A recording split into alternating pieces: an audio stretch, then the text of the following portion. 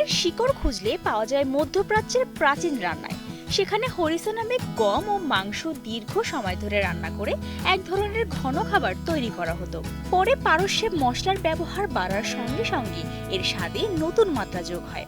মুঘলদের হাত ধরে ভারতীয় উপমহাদেশে এসে হালিম আরও বৈচিত্র্যময় রূপ পায়।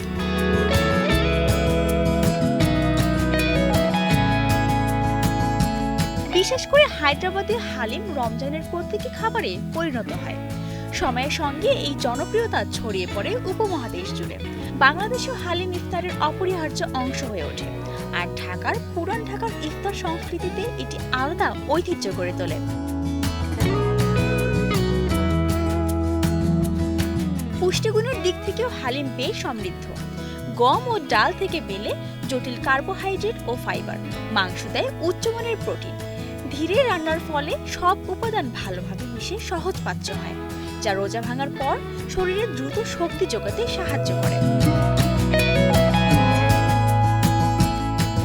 ঘরে হালিম বানাতে চাইলে আগে চাল ও বিভিন্ন ডাল কয়েক ঘন্টা ভিজে নরম করে নিতে হয়।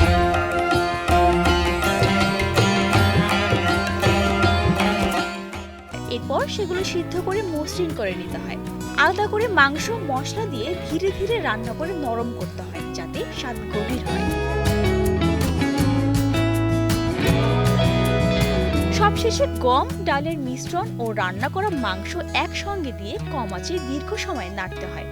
মোলায়েম ও ঘন টেক্সচার তৈরি হলে ঘি, ভাজা পেঁয়াজ, কাঁচামরিচ, ধনেপাতা আর লেবুর রস ছড়িয়ে পরিবেশন করলেই প্রস্তুত সুস্বাদু হালিম।